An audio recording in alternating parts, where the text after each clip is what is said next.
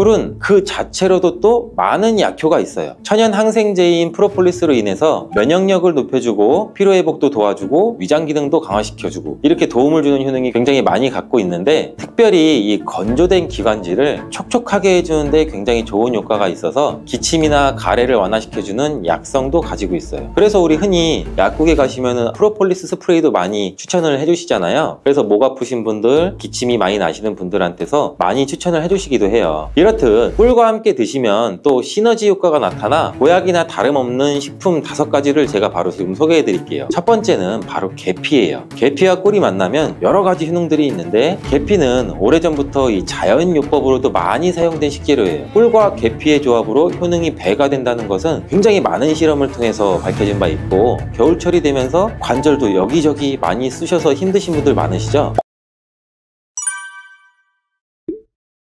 꿀과 이것을 함께 드시면 관절염과 기침 감기가 싹 사라집니다. 예로부터 꿀물로 기침을 다스리기도 했는데, 알고 계시죠? 고대 그리스에서는 꿀을 신들의 음식이라고 부르기도 했고, 꿀은 인류 역사상 가장 오래된 천연 감미료이자 약재로 굉장히 많이 사용했어요. 이집트에서는 미라를 만들 때에도 꿀을 사용하기도 했고요. 꿀은 약으로 쓰일 만큼 우리 몸에 정말 좋은 효능들이 굉장히 많이 있는데, 잘못 먹으면 약효가 하나도 없을 뿐만 아니라 오히려 몸을 해치는 독이 될 수도 있다는 사실도 혹시 알고 계신가요? 꿀의 종류와 절대 먹으면 안 되는 꿀과 좋은 꿀을 고르는 방법, 그리고 꿀과 함께 먹으면 좋은 최고의 음식 5가지, 제가 지금 꿀에 대해서 모든 것을 한번 알려드릴게요. 이 꿀에는 굉장히 여러 종류가 있는데, 꿀벌들이 꽃을 통해서 꿀을 만드는 것은 뭐 누구나 잘 알고 계신 거죠. 꿀벌이 꽃의 밀선에서 분비되는 자당을 먹었다가 다시 토해내는 과정을 거치는데, 꿀벌의 효소에 의해서 과당과 포도당으로 또 분해가 돼요. 그래서 점성이 있는 액체가 되죠. 이것이 우리가 아는 꿀이 되는 거예요. 또 꽃의 종류에 따라서 꿀의 이름도 달라지게 돼요. 우리가 잘 알고 흔히 볼 수 있는 아카시아 꿀, 굉장히 유명하죠. 그 외에도 밤꿀, 쌀이꿀, 유채꿀 뭐 등등 꽃의 종류에 따라서 꿀의 맛과 향이 조금씩 다른 특징이 있죠. 여러 가지 꽃을 통해 만들어진 꿀은 잡화꿀이라고 그래요. 이런 꽃을 통해서 만들어진 이 천연꿀 말고 벌에게 억지로 설탕을 먹여서 만든 꿀이 있는데, 이거는 또 사양꿀이라고 하죠. 이 사양꿀은 일반적으로 천연꿀에 비해서 가격은 상대적으로 저렴하고 대량으로 생산이 가능하다는 장점이 있죠. 하지만 이 사양꿀은 천연꿀에 비해서 영양가가 낮고 인공적인 향과 맛이 첨가될 수가 있어요. 따라서 우리는 꿀을 선택할 때 사양꿀인지 천연꿀인지 확인을 기본적으로 하시고 구매를 하셔야 되는데, 꿀에 사양꿀인지 천연꿀인지는 표기가 되어 있지 않은 경우도 많아요. 이때는 탄소 동위원소 비율을 확인하시면 구분할 수 있어요. 천연꿀의 탄소 동위원소 비율은 22%에서 33% 정도 되고, 이 탄소 동위원소 비율이 낮을수록 좋은 꿀이라고 해요. 사양꿀이나 꿀 음료는 거의 설탕물이나 다름없으니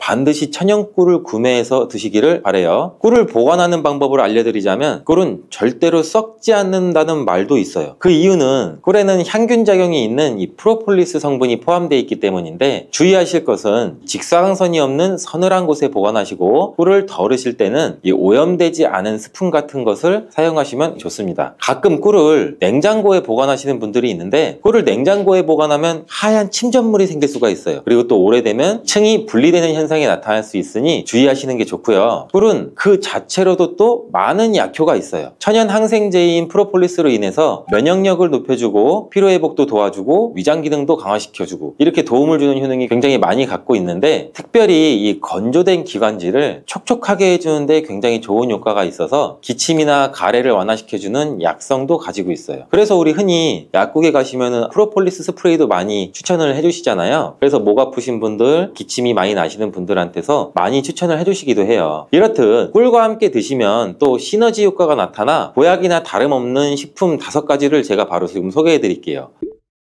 첫 번째는 바로 계피예요. 계피와 꿀이 만나면 여러 가지 효능들이 있는데, 계피는 오래전부터 이 자연요법으로도 많이 사용된 식재료예요. 꿀과 계피의 조합으로 효능이 배가 된다는 것은 굉장히 많은 실험을 통해서 밝혀진 바 있고, 겨울철이 되면서 관절도 여기저기 많이 쑤셔서 힘드신 분들 많으시죠? 지금 집중해서 영상 보세요. 꿀과 계피의 조합으로 가장 두드러지는 첫 번째 효능은 소염작용을 통한 관절의 염증을 완화시켜줘서 관절 건강에 큰 도움을 줄 수 있다는 거예요. 덴마크 덴마크 코펜하겐 대학에서 꿀과 계피의 관절염 개선 효과에 대해 연구를 했는데, 연구진들은 약 200명의 관절염 환자를 대상으로 아침과 저녁 식사 전에 따뜻한 물에 꿀 한 스푼과 계피 반 스푼을 티스푼으로 섞어서 마시게 했어요. 일주일 만에 환자의 약 73% 정도가 통증이 유의미하게 개선이 되었고, 한 달 내에 이전에 걷기도 힘들었던 환자의 대부분이 통증이 많이 감소돼서 걸을 수도 있게 되었다고 해요. 이 연구는 꿀과 계피를 함께 복용하면 관절염 환자의 증상을 개선한다는 데 도움이 될 수 있다는 것을 보여주고 있어요. 꿀과 계피를 함께 먹을 때의 효능 두 번째는 콜레스테롤을 조절해서 혈관 건강 개선에 도움을 준다는 거예요. 덴마크 농무부 연구 결과에 따르면 계피를 40일 동안 이 4분의 1 티스푼을 섭취하자 중성지방이 30%, 콜레스테롤은 20%나 감소했다고 해요. 꿀은 지질대사라고 해서 나쁜 콜레스테롤은 줄이고 좋은 콜레스테롤은 늘리는 작용을 해서 계피도 풍부한 폴리페놀 성분이 꿀과 비슷한 효능을 나타낸다고 해요. 이 효능들이 더해지니 혈관의 지방을 제거하고 동맥과 혈관도 튼튼하게 해주고 심장이나 뇌졸중과 같은 이 혈관 질환을 예방할 수 있는데 도움을 줄 수 있다는 거죠. 꿀과 계피를 함께 먹을 때의 효능 세 번째는 감기와 독감 완화시켜 줄 수 있다는 거고, 요즘같이 추운 날씨에 감기 굉장히 많이 걸리시잖아요. 이때 계피와 꿀을 섞으면 굉장히 우리 몸에 도움이 돼요. 날씨가 추워지면 체온이 떨어지고, 체온이 떨어지게 되면 이 면역력이 떨어지게 돼서 감기에 걸리기 쉬워지는 환경에 우리가 노출이 되는데, 꿀과 계피에는 면역력을 강화시켜주는 성분이 함유되어 있고 항균 및 항바이러스 효과가 있는 성분도 함유되어 있어서 감기와 독감을 예방하는데 굉장히 큰 도움을 줄 수가 있어요. 또한 항염증 효과가 있는 성분이 함유되어 있어 감기와 독감의 증상인 이 발열, 인후통, 근육통 등을 완화시키는 데에도 굉장히 효과가 커요. 꿀과 계피를 함께 먹을 때의 효능 네 번째는 위장장애를 개선하는 데 도움을 줄 수 있다는 건데, 꿀과 계피는 소화를 촉진시키고 위장 온도를 원활하게 도와주는 효능이 있어요. 위장을 따뜻하게 해주는 효능도 같이 가지고 있고요. 또한 꿀은 위산을 중화시켜서 소화를 돕는 역할도 같이 하기도 해요. 꿀과 계피가 위에 들어가면 위장의 점막이 자극이 돼서 위액 분비를 왕성하게 해줘서 소화장애에 도움을 줄 수 있어요. 그리고 위에 생긴 상처를 치료해줘서 개선을 시켜줄 수도 있고, 위궤양을 막고 이 경련성 통증도 억제해서 위장의 연동응전도 촉진하고 가스 제거도 같이 배출시키는 효과도 가지고 있어요. 꿀과 계피를 함께 먹을 때의 효능 다섯 번째는 노화 방지와 피부 개선에 도움을 준다는 거예요. 미국의 일리노이드 대학 연구팀은 꿀의 항산화 성분이 남성의 신체에 미치는 영향을 조사하기 위해서 남성을 대상으로 꿀물 섭취 그룹과 이 위약 그룹으로 나눠 연구를 진행한 실험도 있는데, 그 연구 결과 꿀물을 섭취한 그룹은 꿀물을 섭취하지 않은 그룹에 비해서 항산화 성분이 증가하고 신체 기능이 개선되는 효과가 나타났다고 발표를 했죠. 이는 꿀에 함유된 항산화 성분이 우리 몸에 활성산소를 제거해주고 노화도 방지해주고 면역력도 강화시켜주는 효과가 있기 때문이란 말일 수가 있겠죠. 또 피부를 건강하게 해주는 효과도 볼 수 있었는데, 꿀과 계피를 함께 먹으면 피부의 보습과 탄력도 유지할 수 있어요. 그리고 꿀은 피부에 수분을 공급하고 계피는 우리 피부의 염증을 완화시켜주는 효과도 가지고 있어요. 꿀과 함께 드실 때 최고의 식품 중 두 번째는 마늘이 있죠. 꿀에 마늘을 재워서 드시는 분들 많이 계시잖아요. 아주 잘하고 계신 거예요. 이 꿀과 마늘을 함께 드시면 우리 몸에 굉장히 좋은데, 꿀과 마늘이 모두 면역력을 강화시키는 성분이 풍부하게 함유가 되어 있어요. 특히 이 마늘의 알리신 성분은 항균 및 항바이러스 효과가 뛰어나서 감기나 독감 등의 질병을 예방하는데 굉장히 큰 도움을 주고, 또한 마늘의 이 알리신 성분은 우리 혈압도 조절해주는 역할도 하고 우리 혈액을 맑게 유지해주면서 혈관을 건강하게 유지시켜주는 효능도 같이 갖고 있어요. 꿀은 혈액순환도 촉진하고 혈압을 낮추는 데에도 도움을 줄 수가 있어요. 꿀과 마늘 모두 항산화 작용이 뛰어난 성분들이 함유가 되어 있어 우리 몸에 활성산소도 제거해줘 노화를 방지해주는 효과도 가지고 있죠. 꿀과 함께 드실 때 최고의 식품 세 번째는 무예요. 무를 채를 써서 꿀에 재워 드시면 되는데, 기침과 가래에 효과가 아주 좋은 천연 약재라고 보시면 돼요. 감기에 걸려서 기침이 잘 낫지 않고 속이 더부룩하고 또 소화도 안 될 때 꿀에 무를 재운 걸 드시면 너무 좋은데, 무의 매운맛을 내는 이 시니그린 성분이 위장에 우리 점막을 자극해서 점액 분비를 활성화시킬 뿐만 아니라 기관지 점막에 붙어있는 가래도 묽게 만들어 몸 밖으로 쉽게 배출되는데 큰 도움을 주게 돼요. 또한 꿀은 기침의 약재로 많이 쓰이게 되는데, 영국에 있는 옥스퍼드 대학 연구팀이 감기 환자 약 1761명을 대상으로 조사한 결과 꿀을 먹은 환자는 감기 증상이 개선이 되고 치료 기간 또한 단축된다는 효과가 있었다고 보고되었는데, 한 연구에 따르면 알러지 감기 치료에 사용되는 이 항히스타민제인 디페니드라민 성분을 복용한 환자보다 꿀을 먹은 먹은 환자가 기침의 빈도와 정도가 더욱 개선되었다고 해요. 꿀과 함께 드실 때 최고의 식품 네 번째는 바로 오미자예요. 오미자와 꿀이 만나면 우리 몸의 호흡기 질환, 만성 기침에 굉장히 좋은 효능이 있는데 요즘같이 찬바람이 불면 목이 건조해지면서 마른 기침이 계속 나와 또 힘들 수가 있죠. 또 마른 기침이 계속 나지만 가래가 없는 분들 장기침이 계속 나와서 기침을 많이 하면 가슴도 아프잖아요. 그리고 또 일상생활 하는데 지장도 많이 있고 불편하신 분들이 굉장히 많잖아요. 이런 분들한테는 꿀과 오미자가 정말 좋은 조합이에요. 오미자는 폐와 기관지를 촉촉하게 해줘서 이런 마른 기침에도 효과적입니다. 꿀과 함께 드실 때 최고의 식품 다섯 번째는 바로 생강이에요. 생강을 채로 잘게 썰거나 갈아서 꿀에 재워서 드시면 되는데 꿀생강은 기침에 당연히 좋고 몸에 찬 기운이 돌고 혈액순환이 안 되는 것 같을 때 드시면 더욱더 좋아요. 몸을 따뜻하게 데워주는 효과가 있고 감기 초기 그리고 몸살이 났을 때도 드시면 컨디션을 회복하는데 굉장히 큰 도움을 받을 수가 있죠. 또한 소화불량일 때에도 꿀생강을 드시면 속이 편안해지는 것도 느껴보실 수 있을 거예요.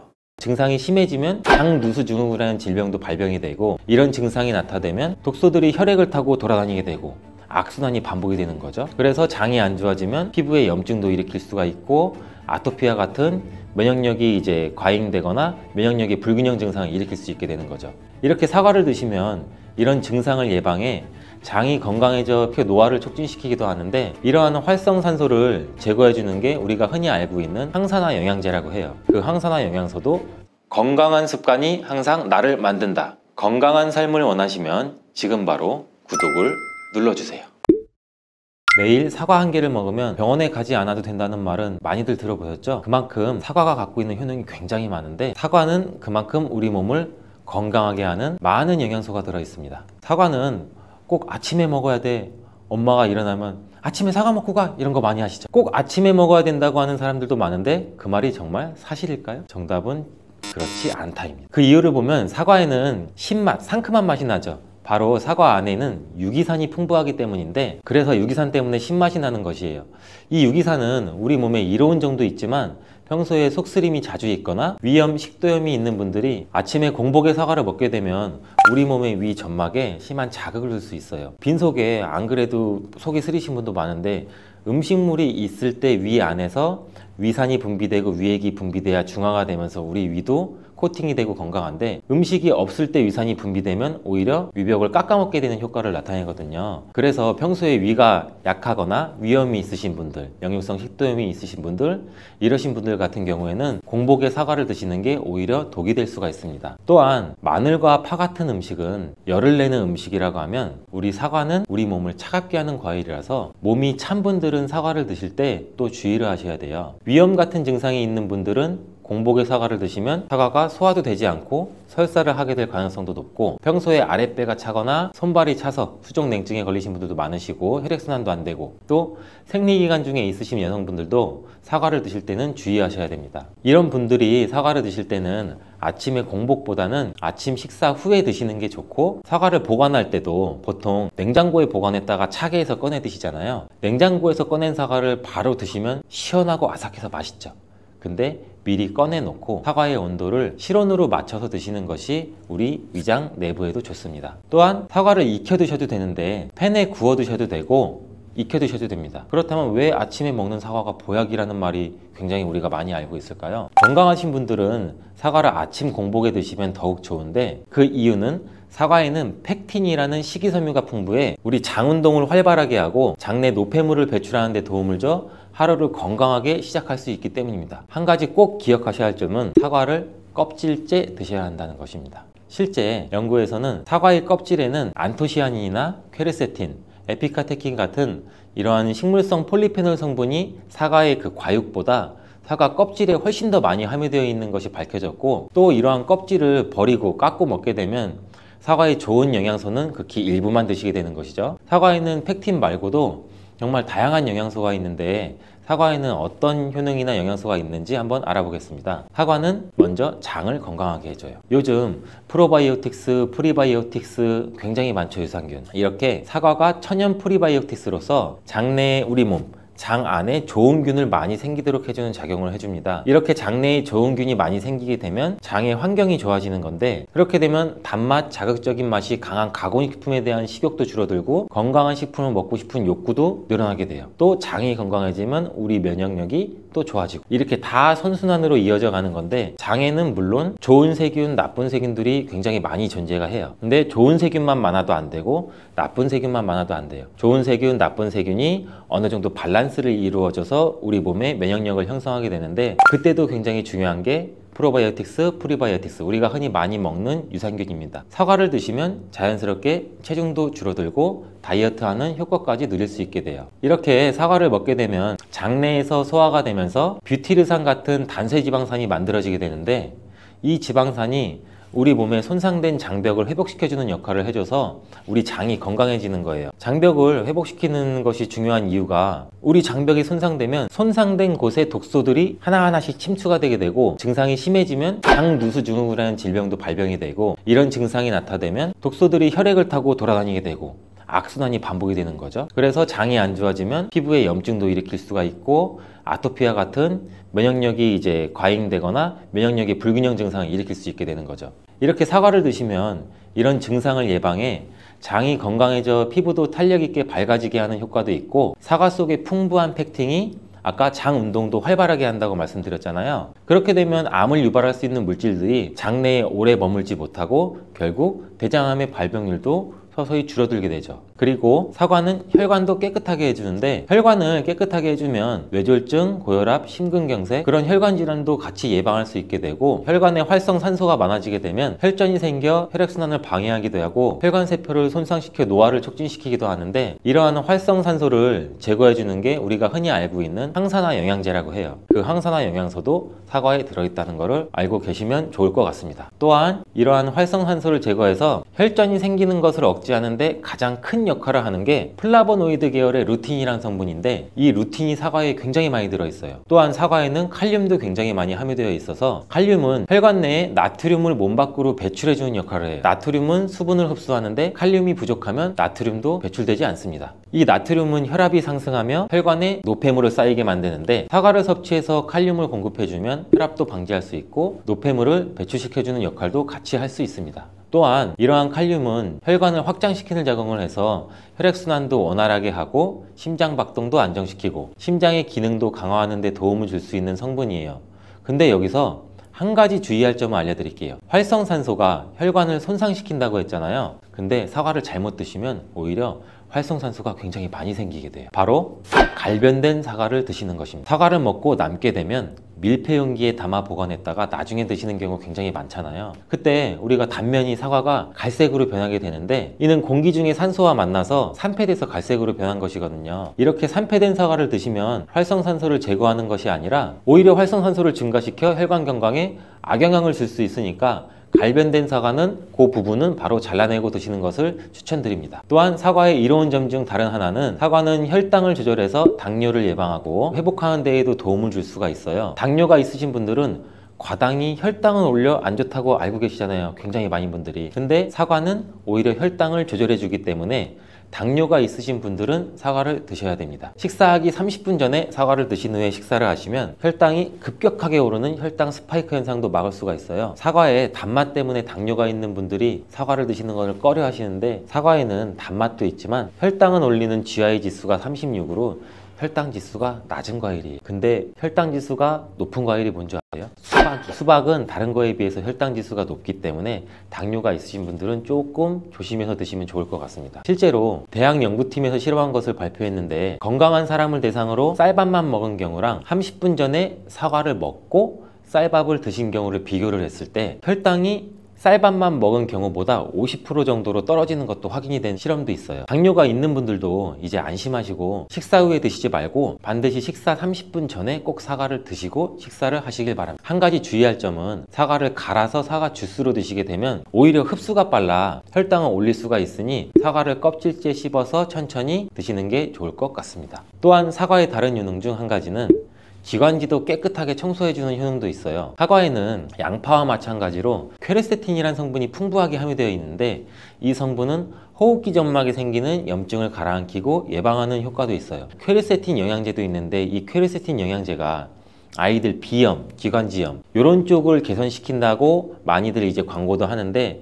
이처럼 퀘르세틴이 우리 몸에 있는 염증도 굉장히 많이 잡아주거든요. 이런 물질들이 사과 속에도 같이 함유되어 있다는 것을 기억하시기 바라겠습니다. 그리고 폐기관지에 모세혈관도 튼튼하게 만드는 걸 도와주고 천식이 있거나 기관지가 약한 분들이 미세먼지 때문에 기침이 많이 나고 목에 가래가 많이 낄 수가 있는데 이런 분들도 사과를 꾸준히 드시면 호흡기가 부드러워져 불편함도 많이 해소할 수 있게 됩니다. 한 연구에서는 매주 4개에서 5개의 사과를 먹는 가정의 자녀가 매주 1개 이하의 사과를 먹는 가정의 자녀보다 천식의 격리 확률이 50% 정도나 낮았다고 발표한 적도 있고 사과가 그만큼 천식과 호흡기 건강에 좋다는 것이 증명된 거죠. 이렇게 좋은 사과도 함께 먹으면 절대 안 되는 음식이 있는데 바로 궁합이 안 맞는 거예요. 그 음식을 알아볼 텐데 바로 우유, 요거트, 치즈 이런 유제품류예요. 여러분 놀라셨죠?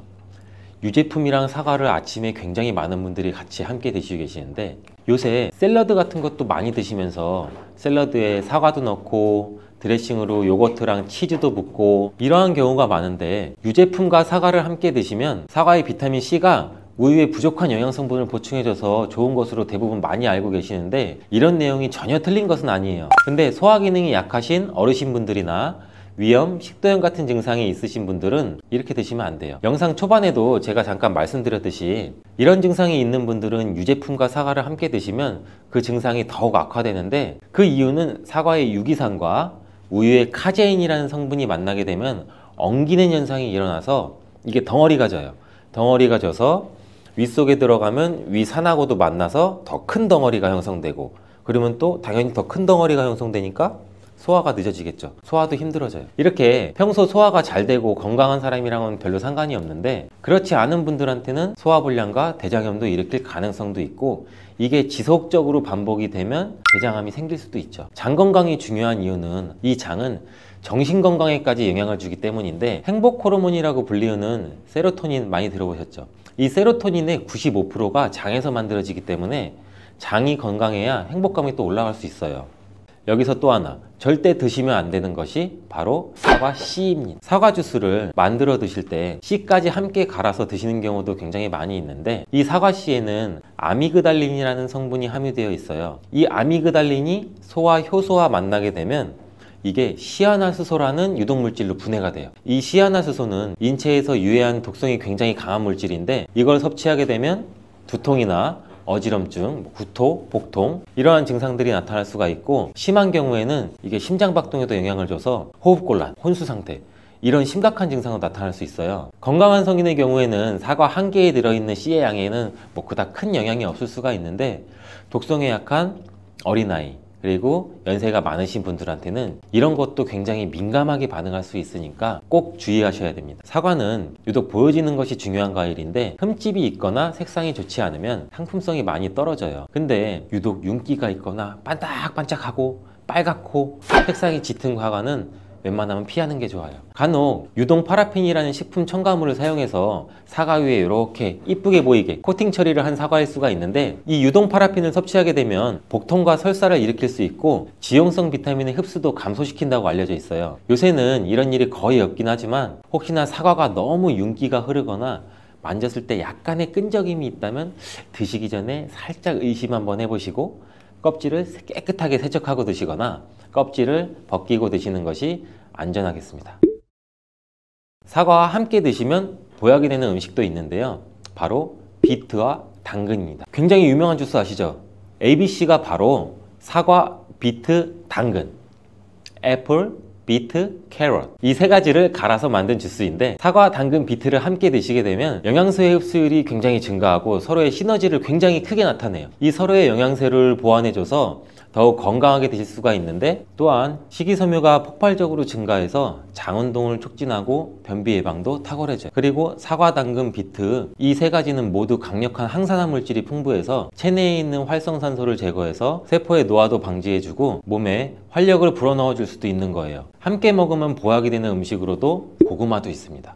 이 고구마에는 베타카로틴이라는 성분이 풍부해서 항암작용과 함께 면역력도 같이 강화해 주는데 혈관 건강에도 도움을 줄 수가 있어요. 고구마를 드시면 소화가 잘 안 되는 증상도 나타날 수가 있는데 이게 왜 그러냐면 고구마 속에 함유되어 있는 아마이드라는 성분이 장에서 이상 발효를 일으켜서 가스가 차고 소화불량 증상도 같이 나타나는 건데, 이때 같이 사과와 함께 드시면 사과에 함유된 펙틴이 아마이드의 이상 발효 증상을 억제해서 가스가 차는 증상을 발생하지 않도록 도와주게 돼요. 또한 이러한 사과의 효능 중 하나인 혈관을 깨끗하게 하는 것을 고구마의 베타카로틴이 도와줘서 이 효능이 극대화가 돼서 건강에 정말 좋은 음식 궁합도 될 수 있답니다. 이렇게 노랗게 변한 바나나는 색깔만 변한 것이 아니라 성분에도 변화가 생기게 돼요. 당뇨에 도움이 되는 저항성 전분은 점점 줄어들고 포도당과 과당 같은 당분은 점점 늘어나게 되는 거죠. 바나나는 속살이 부드럽고 달콤해서 남녀노소 누구나 좋아하는 과일 중 하나죠. 먹기도 편하고 다이어트에도 좋다고 알려지면서 굉장히 많은 분들이 먹게 되는 과일이 바로 바나나죠. 이 바나나도 함께 먹으면 보약이 되는 궁합이 좋은 음식이 있고, 또 함께 먹으면 오히려 독이 되는 음식도 있답니다. 오늘 영상을 통해 이 바나나의 효능, 함께 먹으면 안 되는 음식, 함께 먹으면 보약이 되는 음식, 그리고 바나나의 보관 방법까지 바나나에 대한 모든 것을 알아가시기 바랍니다. 바나나가 어떤 상태일 때를 가장 좋아하시나요, 여러분들? 저는 이쁘게 노란색으로 숙성되었을 때 먹는 것을 굉장히 좋아하는데, 그 이유는 초록색일 때는 아직 단맛도 조금 덜하고 식감도 약간 서걱서걱하고 약간 맛이 없는 것 같고, 근데 또 갈색의 반점이 생기면 왠지 먹기에도 좀 찝찝하고 시간이 더 지나면 상한 것처럼 무르고 이런 생각도 들어서 먹기에 좀 꺼려지는데, 근데 초록색 바나나, 노란색 바나나, 갈색 바나나 각각의 영양소가 달라진다는 사실 알고 계시나요? 먼저 초록색 바나나는 덜 익은 바나나는 맞아요. 근데 그렇다고 못 먹는 바나나는 아니에요. 단맛이 약간 적은데 그 대신에 건강에 도움이 되는 성분도 들어있어요. 바로 당뇨 환자에게 도움이 됩니다. 초록색 바나나가 당뇨 환자에 도움이 된다고? 이 초록색 바나나는 소장에서 분해가 되지 않고 대장까지 내려가서 대장의 미생물에 의해 분해되는 이 저항성 전분이란 게 풍부해요. 이 저항성 전분은 이 아밀로스가 많은 탄수화물을 말하는데, 이 아밀로스가 포도당으로 분해가 잘 되지 않아서 이 포도당이 소장에서 흡수가 그럼 더 안 되겠죠. 그래서 그 결과 혈당이 급격히 오르는 것도 막아주는 역할을 해요. 이렇게 분해가 잘 되지 않고 남아있는 식이섬유가 많은 저항성 전분이 많은 음식들은 결국에는 우리 장에 유산균의 먹이가 되죠. 그래서 우리 장의 장내 세균총을 건강하게 만들 수가 있고, 이로 인해서 또 인슐린 감수성도 풍부하게 해주고 면역력에도 긍정적인 효과를 나타낼 수가 있어요. 이 당뇨 환자분들이 바나나가 단맛이 좋은 열대과일이라서 못 드시는 것으로 생각하시는데, 앞서 말씀드린 이유로 이 초록 바나나를 드시면 굉장히 도움이 됩니다. 그리고 이 초록 바나나는 소화되는 시간이 노란 바나나에 비해서 길기 때문에 이 포만감도 오래 유지시켜줘서 다이어트하는 식단에도 도움을 줄 수가 있어요. 이 저항성 전분은 이런 효능들로 인해서 비만 당뇨를 예방할 뿐 아니라 대장암도 예방하는 것으로 알려져 있어요. 단 한 가지 주의할 점은 이 과민성 대장 증후군이 있으신 분들이 초록색 바나나를 드시면 오히려 증상이 더 악화될 수 있으니 이 점은 주의해 주시길 바래요. 자, 두 번째로 노란 바나나인데, 이 초록 바나나가 노란색으로 변할 수 있는 이유는 바로 그 에틸렌가스 때문이에요. 나무에서 똑 떨어진 바나나는 이 꼭지에서 에틸렌가스라는 물질이 분비가 되는데, 이때 이 초록색을 띠게 만드는 이 클로로필이라는 색소가 에틸렌가스에 의해서 분해가 돼서 점점 노란색으로 변해가는 거예요. 이렇게 노랗게 변한 바나나는 색깔만 변한 것이 아니라 성분에도 변화가 생기게 돼요. 당뇨에 도움이 되는 저항성 전분은 점점 줄어들고 포도당과 과당 같은 당분은 점점 늘어나게 되는 거죠.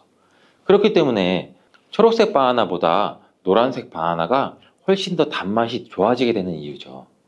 식감도 더 부드러워지게 되고 단향도 더욱 강해지고 소화도 초록색 바나나보다 더 잘 되게 돼요.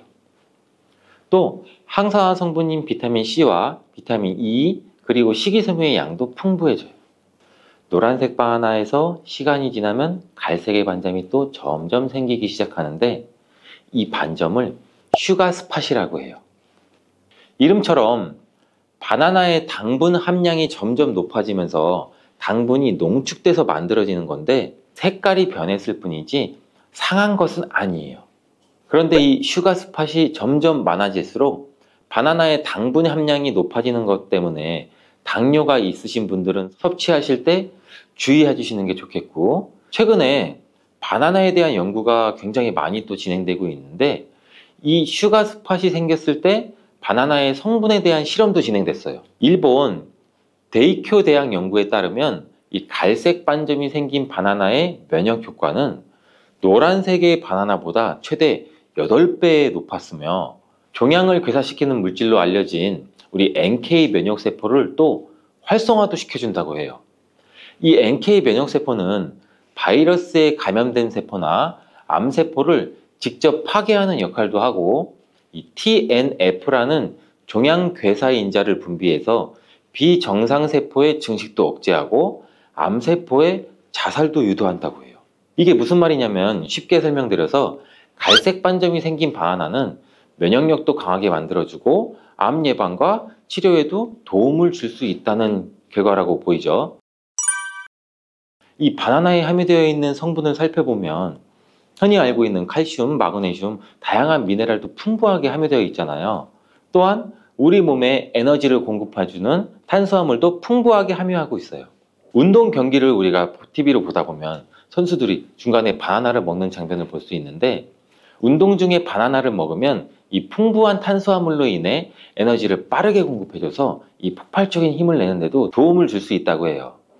나이가 들면서 점점 몸 안의 호르몬이나 에너지 균형도 깨지고 건강도 점점 안 좋아지게 되는데 특히 혈관 건강에 문제가 생기는 경우가 굉장히 많이 있어요. 이 혈관 건강에 문제가 생기면서 나타나는 대표적인 증상이 고혈압이 되겠죠. 이 때문에 나이가 들면서 혈압도 관리하는 게 굉장히 중요한데 바나나에 풍부하게 함유된 칼륨은 세포의 삼투압과 수분의 평형을 유지 기능을 수행해서 몸 안에 나트륨을 배출하는 데 굉장히 많은 도움을 줘서 혈압을 조절하는 데도 도움을 준다고도 알려져 있죠. 성인의 하루 칼륨의 권장 섭취량이 남성은 약 한 4,700ml 정도 되고 여성은 3,500ml 정도 되는데 실제로 섭취하는 칼륨의 양은 남성은 55%, 여성은 75% 정도만 섭취하는 것으로 통계를 통해 확인할 수도 있어요.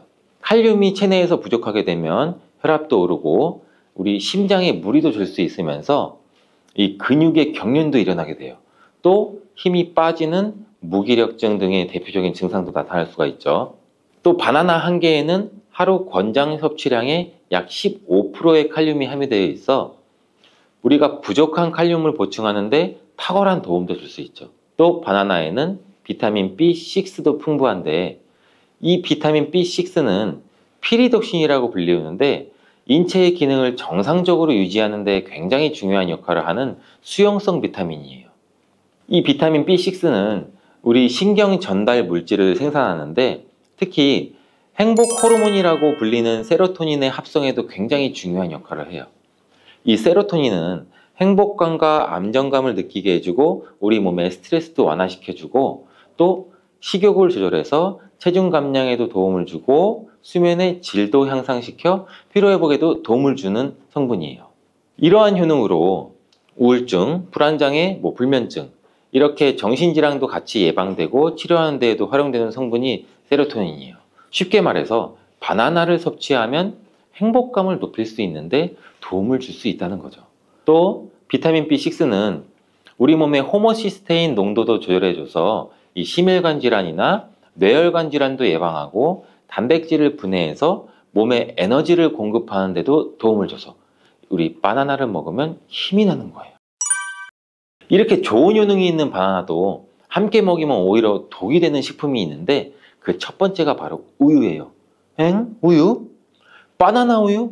이 그렇게 유명한 바나나 우유도 있는데 무슨 말을 하는 건지 뭐 이렇게 생각하시는 분들도 있죠. 맞아요. 우유에 풍부한 칼슘은 흡수가 잘 안 돼서 다른 미네랄 성분이 필요한데 대표적으로 비타민 D와 마그네슘이 칼슘의 흡수를 도와주죠. 바나나의 칼륨과 함께 우리 몸속의 나트륨을 배출해주는 효능도 극대화시켜주기도 하는데 이 우유에 풍부한 트립토판도 세로토닌의 분비도 도와줘서 바나나와 함께 행복도를 높이는데 탁월한 효능을 발휘하기도 해요.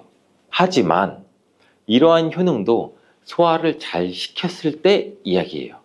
이 소화력이 좋은 분들한테는 이런 효능을 누릴 수 있지만 나이가 들면 들수록 소화가 잘 안 되시는 분들이 바나나와 우유를 함께 드시게 되면 이 불용성인 바나나가 위 속에 오래 남아있게 되고 바나나의 유기산과 당분이 우유의 풍부한 단백질, 칼슘과 결합해서 소화가 더 어려워지게 된다고 해요.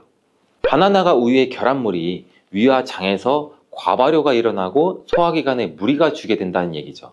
이렇게 되면 위염이나 식도염 등 다양한 질환이 나타날 수 있고 계속되면 만성질환이 나타날 수도 있고 위 건강이 안 좋으신 분들이나 위가 약하신 분들, 소화가 잘 안 되시는 분들은 주의해서 드시라고 말씀을 드리는 거예요. 그렇다면 장 건강에 도움을 주는 바나나와 함께 먹으면 좋은 음식은 없을까요? 있습니다. 바로 오트밀이에요. 바나나에 함유한 섬유질은 대부분 불용성이기 때문에 이 장내 이물질을 흡착해서 변의 부피를 크게 하는 데는 도움을 줄 수 있어요. 이 때문에 바나나를 지속적으로 먹으면 좀 과하게 먹으면 변비에 걸리기도 하죠. 이를 방지하려면 수용성 섬유질이 필요한데 오트밀에는 이 수용성 섬유질이 50% 이상이나 함유되어 있어서 바나나와 오트밀을 함께 섭취하게 되면 섬유질의 균형이 잘 맞아서 변을 무르게 해서 배변도 원활하게 해주고 장 건강에도 도움을 줄 수 있답니다. 또한 이 콜레스테롤의 배출도 도와줘서 혈관 내의 나쁜 콜레스테롤의 수치도 낮추는 데에도 도움을 줄 수가 있고요. 바나나와 함께 독이 되는 음식 두 번째는 바로 고구마예요. 고구마는 바나나와 함께 다이어트에 도움이 되는 음식으로 함께 섭취하는 경우가 종종 있는데 이 고구마와 바나나는 복합 탄수화물이 풍부해서 포만감을 길게 유지해줘서 다이어트에 물론 도움이 될 수 있어요. 하지만 한 가지 문제가 있는데 바나나와 고구마 둘 다 칼륨 함량이 높다는 거예요.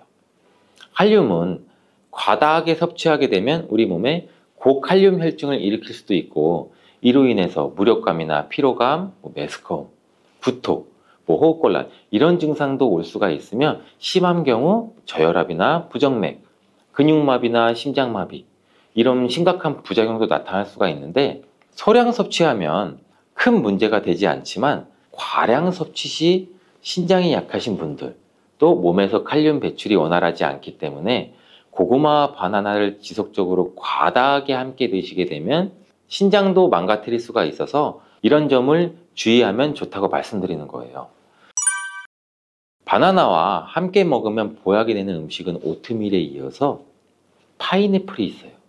이 바나나와 파인애플에는 브로멜라인이라는 효소가 풍부한데 이 효소는 운동 후에 생기는 근육의 염증을 빠르게 회복시키고 또한 근육의 피로 회복에도 도움을 주는 것으로 알려져 있어요. 또한 바나나와 파인애플을 함께 드시게 되면 단백질 분해를 극대화해서 소화도 돕고 소화기 질환에도 예방하는 효과를 가져요. 바나나와 함께 먹으면 보약이 되는 음식 이 세 번째는 바로 카카오예요. 바나나는 이 도파민이라는 신경을 자극하는 물질이 많이 함유가 되어 있는데 카카오에는 이 도파민 생성의 원료가 되는 아미노산이 풍부해서 카카오와 바나나를 함께 드시면 이 행복도를 높이는 효능이 극대화가 될 수가 있어요. 카카오에는 폴리페놀과 이 플라보노이드 등의 항산화 물질이 풍부해서 우리 몸의 활성산소도 제거해주고 세포의 노화도 방지해줘요. 바나나에도 항산화 물질인 베타카로틴과 비타민 C가 풍부해서 카카오와 바나나를 함께 드시면 항산화 효과도 같이 높일 수가 있는 거죠. 바나나와 함께 먹으면 보약이 되는 음식 이 네 번째는 바로 견과류예요. 바나나와 견과류를 함께 드시면 이 세로토닌의 분비가 촉진이 돼서 마음을 차분하게 하고 숙면을 취하는 데도 도움이 돼요. 또한 바나나의 풍부한 마그네슘은 근육의 이완을 돕고 견과류의 트리토판을 세로토닌으로 바꿔주는 성분인 이 비타민 B6가 바나나에 풍부해서 견과류와 바나나를 함께 드시면 불면증과 우울증을 예방하고 개선시킬 수 있는데 도움을 줄 수 있다고 하네요. 자, 이제 그럼 바나나의 보관법을 한번 알아볼 텐데, 바나나를 보관하실 때는 바나나의 꼭지 부분을 랩이나 호일로 감싸주신 상태에서 바나나 거리 같은데 걸어두시는 게 좋아요. 그렇게 하면 바나나 꼭지에서 나오는 에틸렌 가스를 어느 정도 차단해줘서 숙성되는 것을 방지해서 조금 더 오래 보관할 수 있고, 그리고 열대 과일인 바나나는 냉장고에 보관하게 되면 냉해를 입어 바나나 색이 굉장히 빠르게 검은색으로 변하게 돼요. 바나나를 오래 보관하시려면 껍질을 벗긴 상태에서 먹기 좋은 크기로 잘라서 냉동 보관하셨다가 드시는 것도 추천을 드리겠습니다.